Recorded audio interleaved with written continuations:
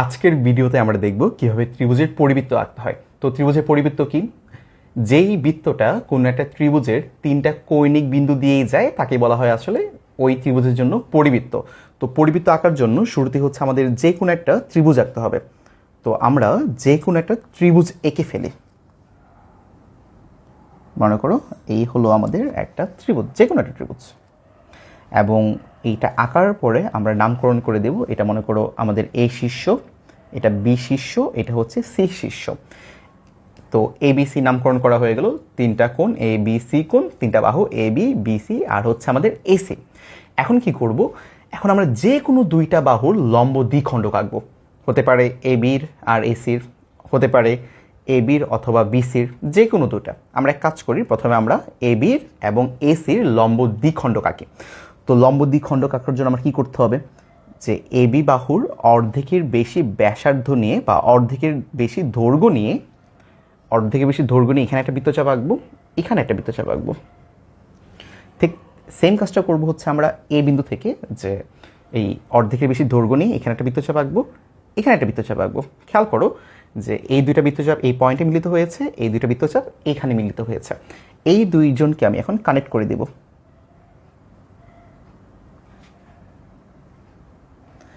এখন এই যে আমার লম্ব দ্বিখণ্ডক হলো, এই লম্ব দ্বিখণ্ডককে আমি একটা নাম দিয়ে দিই। এটা মনে করো পি বিন্দু, এটা মনে করো কিউ বিন্দু। তো নামকরণ করে ফেললাম যে এটা আসলে পি কিউ লম্ব দ্বিখণ্ডক কার? এ বি বাহুর। এখন সেম কাজটা করব হচ্ছে আমি এসির জন্য। এসিতেও আমি একটা লম্ব দ্বিখণ্ডক এঁকে ফেলবো। তো তার জন্য আমার সেম কাজটাই করতে হবে, যে এসির অর্ধেকের বেশি দৈর্ঘ্য নিয়ে আমি এখানে একটা বৃত্তচাপ আঁকবো, এখানে একটা বৃত্তচাপ আঁকবো সি বিন্দু থেকে। এবার ঠিক কাজটা করব আমরা হচ্ছে এ বিন্দু থেকে, এই বরাবর একটা বৃত্তচাপ আঁকবো এবং এই পাশে একটা বৃত্তচাপ আঁকবো। এবারও সেম হলো যে এই দুইটা বৃত্তচাপ এটাকে এই বিন্দু এখানে ছেদ করেছে, আর এই দুইটা বৃত্তচাপ হচ্ছে এই বিন্দুতে ছেদ হয়েছে। এখন এই দুইজনকে হচ্ছে আমি কানেক্ট করে দিব। তো কানেক্ট করে দিলে আমরা যে রেখাটা পাবো এটাকে আমরা নাম দিলাম মনে করো এম এন। তাহলে এই এম এনই হবে এসি এর লম্ব দ্বিখণ্ডক। তো তুমি চাঁদা দিয়ে আসলে মাপে দেখতে পারো যে এটা আসলে 90 ডিগ্রি হয় কিনা। দেখো যে আমাদের আসলে ঠিক 90 ডিগ্রি আসলে হচ্ছে, মানে এখানে একটা লম্ব তৈরি হয়েছে এসির উপরে। ঠিক তেমনিভাবে তুমি লক্ষ্য করে দেখতে পারো যে এই পি কিউ কিন্তু আসলে এখানে লম্বই হয়েছে, 90 ডিগ্রি কোণই উৎপন্ন করছে। এখন এই পি কিউ আর এই এম এন যে লম্ব দ্বিখণ্ডক তারাও কিন্তু পরস্পর মিলিত হয়েছে এই একটা পয়েন্টে। এই পয়েন্টকে মনে করো আমি হচ্ছে ও নাম দিয়ে দিচ্ছি। এখন একটা কাজ করি, এই এ আর এই ওকে কানেক্ট করে দিই। অথবা তুমি করতে পারো বি আর ওকে কানেক্ট করতে পারো, অথবা ও আর সিকেও কানেক্ট করতে পারো, তাদেরকেও তুমি কানেক্ট করতে পারো, তাদেরকেও তুমি কানেক্ট করতে পারো ও আর সিকে। এখন একটা কাজ করব, এখন হচ্ছে আমরা কম্পাসটা নিব, কম্পাসটা নিয়ে ও থেকে এতে স্থাপন করব, ও থেকে এতে স্থাপন করব।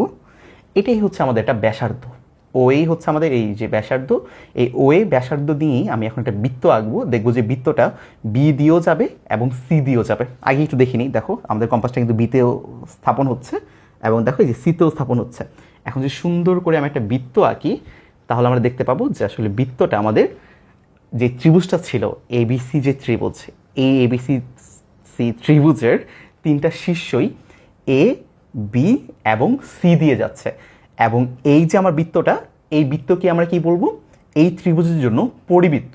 এবং এই যে ব্যাসার্ধ, ও এ যে ব্যাসার্ধ, এটাকে আমরা বলবো হচ্ছে পরিব্যাসার্ধ, পরিব্যাসার্ধ। আর এটা হচ্ছে আমাদের পরিবৃত্ত। তো আশা করি আমাদের ক্লিয়ার হয়েছে। আর এই যে ও যে কেন্দ্র, এটাকে আমরা বলবো পরিকেন্দ্র। তো পরিবৃত্ত, পরিব্যাসার্ধ এবং কেন্দ্র কি সেটা আশা করি ক্লিয়ার হয়ে গিয়েছে। এই ভিডিওতে আমরা দেখব কিভাবে ত্রিভুজের অন্তবৃত্ত আঁকতে হয়। তো ত্রিভুজের অন্তবৃত্ত কি?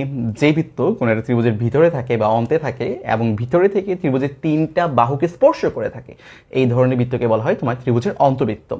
তো বুঝতেই পারছো, অন্তবৃত্ত যেহেতু ত্রিভুজের ভিতরে থাকে, শুরুতে আমার কি করতে হবে? একটা ত্রিভুজ এঁকে নিতে হবে। তো আমরা যে কোনো মাপের একটা ত্রিভুজ এঁকে নিব। তো আমরা যে কোনো একটা মাপের ত্রিভুজ এঁকে নিচ্ছি। তো ত্রিভুজের হচ্ছে আমি নামকরণ করে ফেলবো। নামকরণ করে দিলাম, মনে করো এ বি সি হচ্ছে আমার ত্রিভুজ। তো তোমরা সবসময় লক্ষ্য রাখবা যেন পেন্সিলগুলো একটু শার্প হয়। তুমি যে কম্পাসটা ইউজ করছো সেই কম্পাসের পেন্সিলগুলো যেন একটু শার্প হয়, তাহলে আমাদের চিত্র খুব ভালো হবে। আচ্ছা, তো ত্রিভুজের কি তিনটা কোণ, তিনটা বাহু থাকে। তো অন্তঃকেন্দ্র আঁকার জন্য তোমার তিনটা কোণের যে কোনো দুইটা কোণের সমদ্বিখণ্ডক বের করতে হবে। তো চলো আমরা একটু সমদ্বিখণ্ডক বের করে ফেলি। মনে করো এই বি কোণের আমি সমদ্বিখণ্ডক বের করতে চাই। তো প্রথমে হচ্ছে আমি বি কোণটা একটু এঁকে ফেলি। এখন এই বি কোণের সমদ্বিখণ্ডক কীভাবে বের করব? এই বি কোণের এই প্রান্ত থেকে আমি এই বৃত্তচাপের অর্ধেকের বেশি দৈর্ঘ্য নিয়ে বি কোণের বিপরীত পাশে একটা বৃত্তচাপ আঁকবো এবং এই পাশ থেকেও আমি সেম কাজটাই করব। এই একই পাশে আমি একটা বৃত্তচাপ আঁকবো। দেখো দুইটা বৃত্তচাপ একটা পয়েন্টে মিলিত হচ্ছে। এই পয়েন্ট আর হচ্ছে বি পয়েন্টটাকে হচ্ছে আমি মিলিয়ে দিব। এই যে কানেক্ট করে দিলাম, কানেক্ট করে একটু বর্ধিত করে দিলাম। তাহলে আমি যে রেখাটা পাচ্ছি এটা নাম দিয়ে দিলাম মনে করো বি এম। তাহলে বি এম হচ্ছে বি কোণের তোমার সমদ্বিখণ্ডক, মানে বি কোণটাকে সমান দুইটা ভাগে ভাগ করেছে। এই সেম কাজটা হচ্ছে আমরা করব হচ্ছে সি কোণের সাথে, মানে সি কোণের সমদ্বিখণ্ডক আমি বের করব। তো সি কোণের সমদ্বিখণ্ডক বের করার জন্য কী করব? প্রথমে হচ্ছে আমি সি কোণটা আঁকবো, সি কোণটা আঁকছি। তারপর আবার সেমভাবেই যে এই প্রান্ত থেকে এই ব্যাসার্ধের অর্ধেকের বেশি দৈর্ঘ্য নিয়ে এখানে একটা বৃত্তচাপ আঁকবো। সেম কাজটা হচ্ছে আমি এখান থেকেও করব, আরেকটা বৃত্তচাপ আঁকবো। দুইটা বৃত্তচাপ এই পয়েন্টটাতে মিলিত হয়েছে। এখন এই পয়েন্ট আর সি পয়েন্ট এই দুইজনকে হচ্ছে আমি কানেক্ট করে দেব, কানেক্ট করে একটু বাড়িয়ে দিব, বর্ধিত করে দেব। এটাকে নাম দিলাম মনে করো হচ্ছে সি এন। লক্ষ্য করো এই সি এন হচ্ছে তোমার সি কোণের সমদ্বিখণ্ডক, মানে সি কোণকে সমান দুইটা কোণে বিভক্ত করেছে। এই সি এন আর এই বি এম পরস্পর কিন্তু আবার মিলিত হয়েছে এই পয়েন্টটাতে। এই পয়েন্টের নাম দিলাম মনে করো হচ্ছে ও পয়েন্ট। এখন কাজ কি? এখন কাজ হচ্ছে এই ও পয়েন্ট থেকে এ বি, বিসি অথবা এসি এই তিনটা বাহুর উপর লম্ব আঁকা। তো আমি কাজ করি, আমি হচ্ছে বিসির উপর লম্ব আঁকবো এই ও পয়েন্ট থেকে। তো তার জন্য আমার কী করতে হবে? তার জন্য হচ্ছে এই কম্পাসের কাঁটাটা আমার ওতে স্থাপন করতে হবে। ওতে স্থাপন করে এই বিসির উপর ইচ্ছা মতো দুইটা মনে করে হচ্ছে আমি বৃত্তচাপ নিয়ে নিই।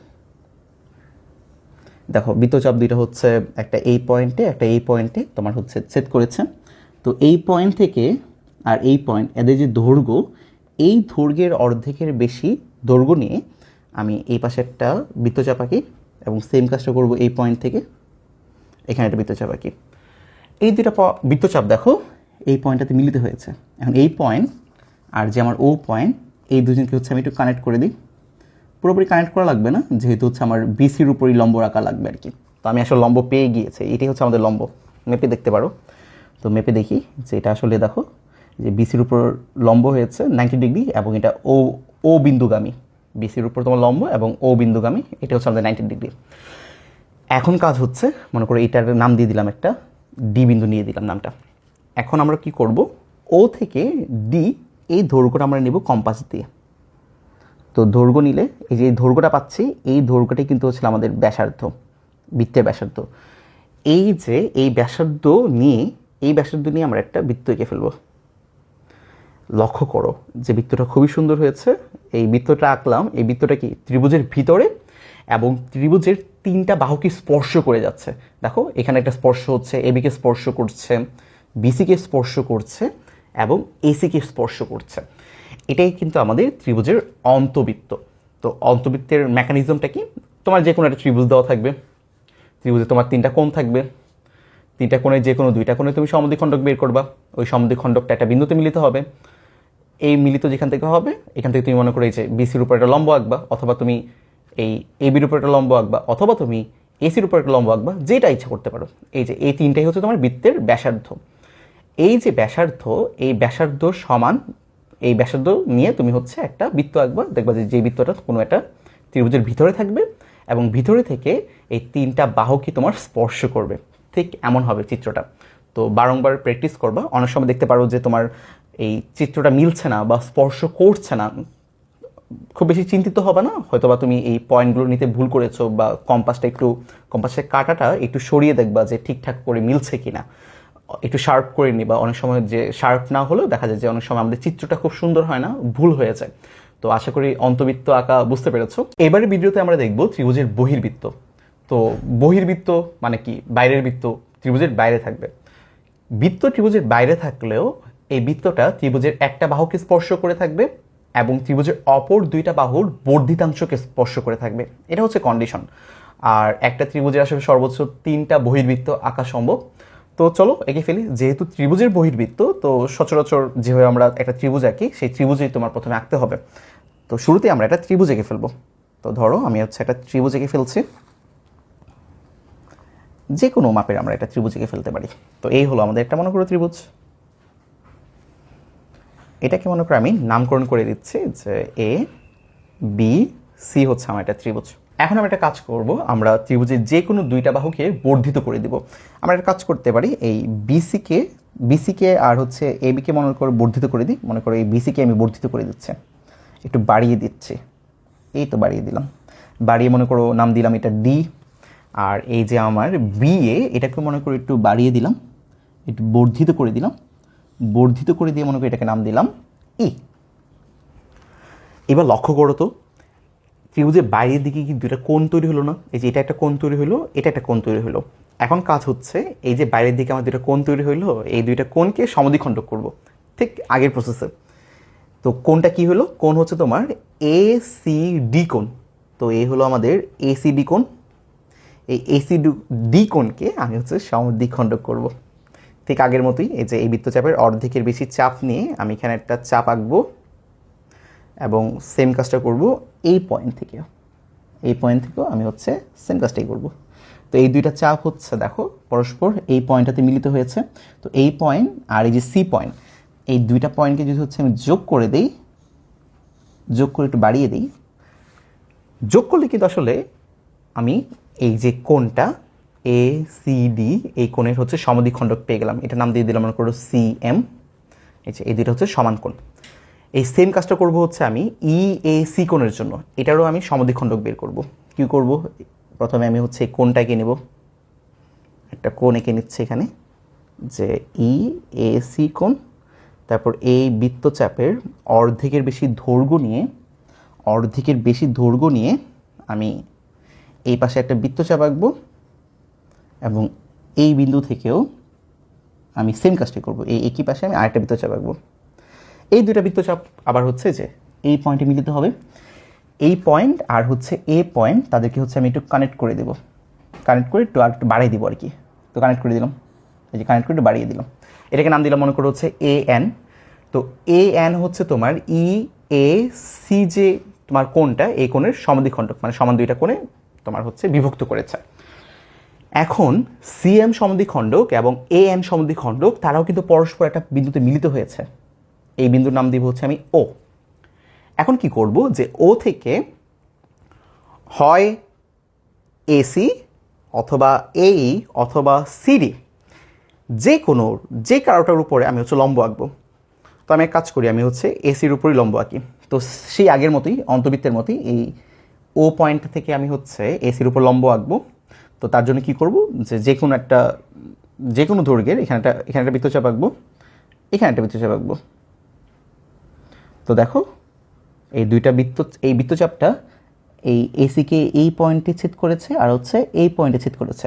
এখন এই দুইটা ছেদের যে দৈর্ঘ্য, এই যে এদের যে দৈর্ঘ্য, তাদের অর্ধেকের বেশি দৈর্ঘ্য নিয়ে আমি এই পাশে একটা বৃত্তচাপ আঁকবো এবং এই পয়েন্ট থেকে আমি এখানে একটা বৃত্তচাপ আঁকবো। এই দুইটা বৃত্তচাপ দেখো এই বিন্দুতে মিলিত হয়েছে। এখন কি করব, যে ও আর এই পয়েন্টটা মিলিত করে দেব। আচ্ছা, এই পর্যন্ত আসলে মিলানো লাগবেও না, কারণ আমাদের আসলে দরকার ছিল এসির উপরে যেন লম্ব হয়, যেন এই যে এসির উপরে লম্ব হয়। দেখো এসির উপর লম্ব হয়ে গিয়েছে। আমরা যদি একটু চাঁদা দিয়ে মেপে দেখি, চাঁদা দিয়ে মেপে দেখবা যে হ্যাঁ দেখো লম্ব হচ্ছে, যে এসির উপর লম্ব 90 ডিগ্রি কোণ এখানে উৎপন্ন হচ্ছে। তো এই পয়েন্টের নাম দিয়ে দিই যে এই পয়েন্টটা আসলে ডি পয়েন্ট। এবার সেই আগের মতোই এখন কম্পাসটা নিয়ে ও থেকে ডি যে দৈর্ঘ্যটা, এটা একটু মেপে নিব। ওডি দৈর্ঘ্যটা মেপে নিব। এই ওডি হচ্ছে আমার বৃত্তের ব্যাসার্ধ এবং এই ব্যাসার্ধ নিয়ে আমি একটা বৃত্ত আঁকবো।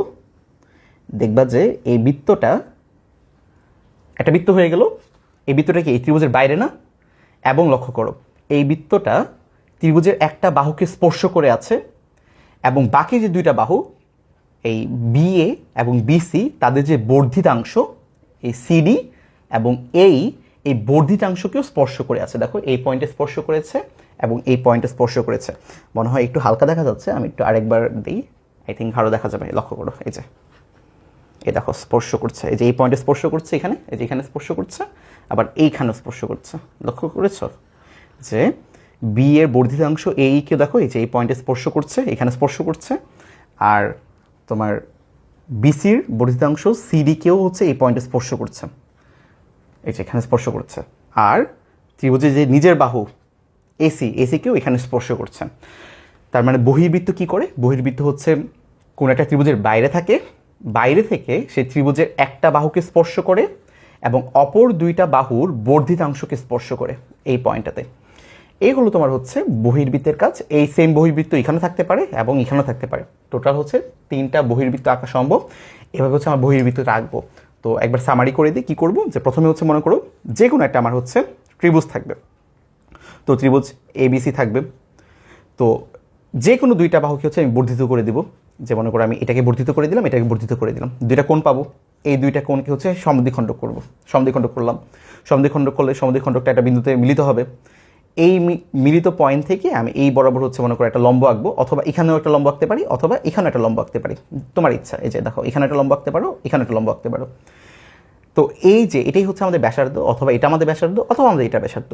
তো কম্পাসটা নিবা, এই ব্যাসার্ধ মাপবা, ব্যাসার্ধ মেপে এই ব্যাসার্ধ নিয়ে তুমি হচ্ছে একটা বৃত্ত এঁকে ফেলবা। লক্ষ্য করবা যে বৃত্তটা এই ত্রিভুজের একটা বাহুকে স্পর্শ করছে এবং অপর দুইটা বাহুর বর্ধিতাংশকে স্পর্শ করে যাচ্ছে। তো তোমাদের আসলে অনেক সময় এমন হইতে পারে যে একটু স্পর্শ করলো না, একটু মনে হয় বাইরে দিয়ে গেল, তখন কম্পাসটা একটু এদিক ওদিক নাড়াই নিবা, অথবা এই কোনোটা পয়েন্ট হয়তো বা তোমার কম্পাস ধরতে ভুল হয়েছে বা একটু বেশি কম ধরে ফেলছো, এই অল্প সূক্ষ্ম ব্যাপারের জন্য দেখবা যে তোমার চিত্রটা লাস্ট মুহূর্তে গিয়ে আর হচ্ছে না। তো খুবই সাবধানে থাকবা যখন তুমি এই বিন্দুগুলো স্থাপন করবা। বিন্দুগুলো যখন স্থাপন করবা এই ব্যাপারগুলো খুবই সাবধানে থাকবা, তাহলে দেখবা খুব সুন্দর তুমি চিত্র আঁকতে পারছো। তাহলে আমাদের পরিবৃত্ত, অন্তবৃত্ত আর বহির্বৃত্ত 3টাই কমপ্লিট হয়ে গেল। তো তোমরা এই 3টাই খুব বেশি করে বাসায় প্র্যাকটিস করবা, যেন পরীক্ষার হলে একবারই হয়ে যায়।